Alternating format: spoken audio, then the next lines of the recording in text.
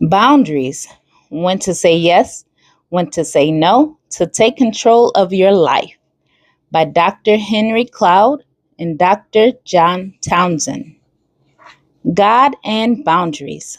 The concept of boundaries comes from the very nature of God.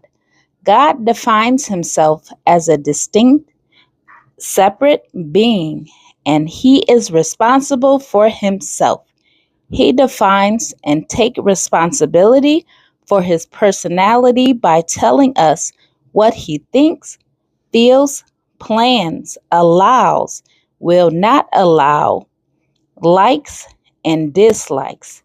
He also defines himself as separate from his creation and from us. He differentiates himself from others. He tells us who he is and who he is not. For example, he says that he is love and that he is not darkness. 1 John 4, verse 16, as well as 1 John chapter 1, verse 6. Let's take a moment to think about this.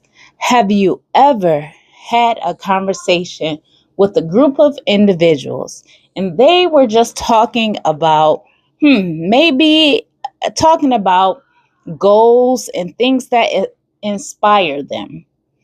And things that inspired them, they were asking persuasive questions. This set of questions did not align with your values. Because your values, you are a Christian. And as a Christian, you may be a woman or a man, but your values are strong and your values are deep in faith. But this type of conversation, it leaned more towards scheming and scamming. But what you stand on is faithfulness, right? So the conversation, it took a turn. It took a turn for the worse. And so the conversation, they began to talk a lot about plans. The plans were negative. So that was the first strike. You didn't agree with that. But you said, okay, these things happen and they happen more and more often. A lot of times individuals, they try to attack your character, but with putting up boundaries and standing firm on your faith, it allows you to have a boundary set. And when people understand your boundary and